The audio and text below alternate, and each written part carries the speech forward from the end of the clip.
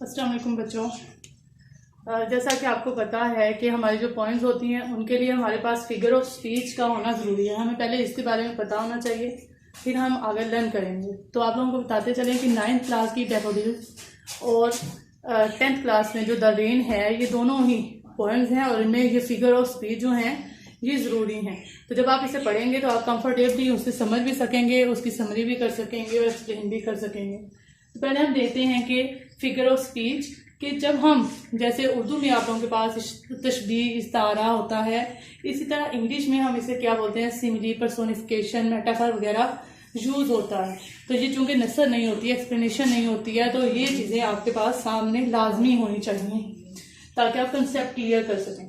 पहले हमारे पास सिमिली बोलते हैं तशबीह, यानी कि किसी चीज़ की किसी दूसरे के साथ कंपैरिजन करना। Figure of speech in which as or like use to compare two things. As or like का इस्तेमाल करते हुए हम दो चीज़ों का जब मुवाजना करते हैं, कंपैरिजन करते हैं, तो उसे हम सिमिली बोलते हैं। आपके पास एग्जांपल है, she was as busy as we. वो बहुत ज्यादा मसरूफ थी, ठीक है। Her eyes twinkle like star, उसकी आंखें सितारों की चमक तरह चमक रही थी।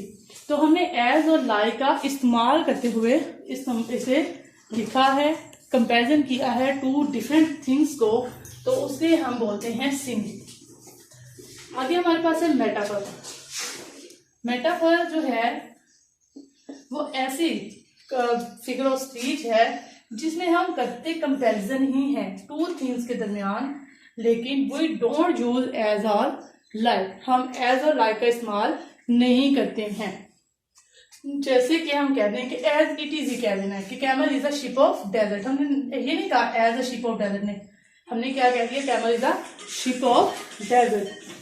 Personification, it is a figure of speech. Personification शख्सियत को बोला जाता है, यानी कि इसे अगर सिंपली हम देखें तो जब नॉन ह्यूमन बींग्स को ह्यूमन बींग्स की क्वालिटीज दी जाती हैं तो इट इज कॉल्ड पर्सोनिफिकेशन।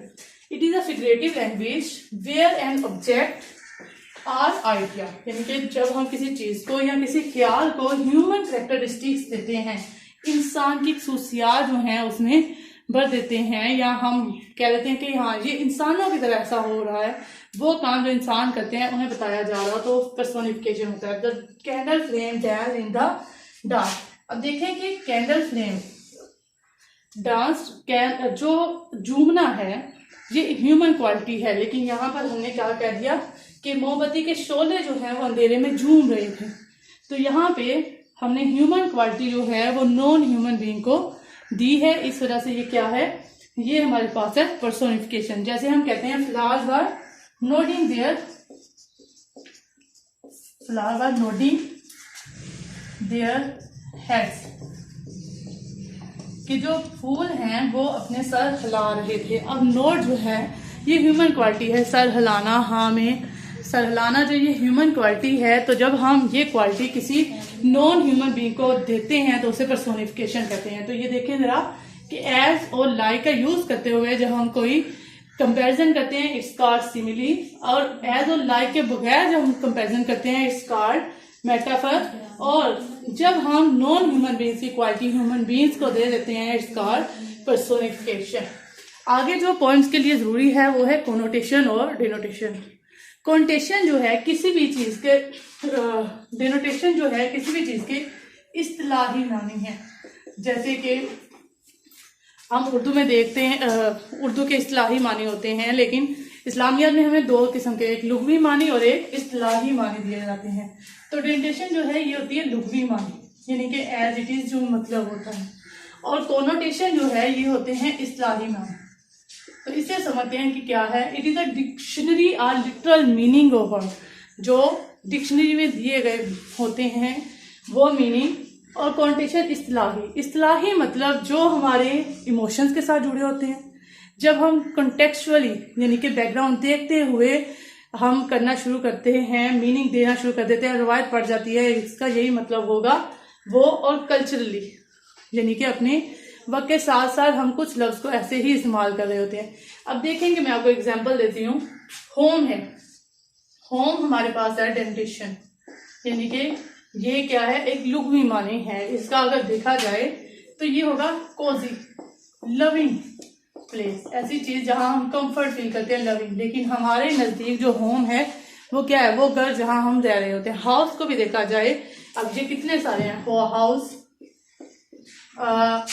है, रेजिडेंस है, ड्वेलिंग है, तो ये सारी वो जगह जहां हम रहते हैं। लेकिन ये सारे जो हैं ये इसके डोनेटेशन मीनिंग है, यानी कि होम का हम हाउस, रेजिडेंस वगैरह कर सकते हैं, जिन्हें हम आम लफ्जों में सिनोनिम्स भी बोलते हैं। लेकिन अगर इसके कोनोटेशन मीनिंग देखे जाएं तो होम क्या है, होम का अगर डोनेटेशन देखा जाए तो ये होगा जी कोजी या लविंग। इसी तरह हाउस जो है, हाउस एक बिल्डिंग को बोला जाता है जहां हम रह रहे होते हैं। लेकिन सिंपली हमारे नजदीक हाउस हुआ जहां हम रह रहे हैं, लेकिन सिर्फ एक बिल्डिंग जो है इट्स कॉल्ड हाउस। रेजिडेंस जो है बेसिक जगह, बेसिक या प्रिमिटिव वक्त के साथ साथ जो आगे आगे आई जाती है। लेकिन हम रेजिडेंस अपने इलाके को, अपनी जगह को या अपने घर को बोलते हैं।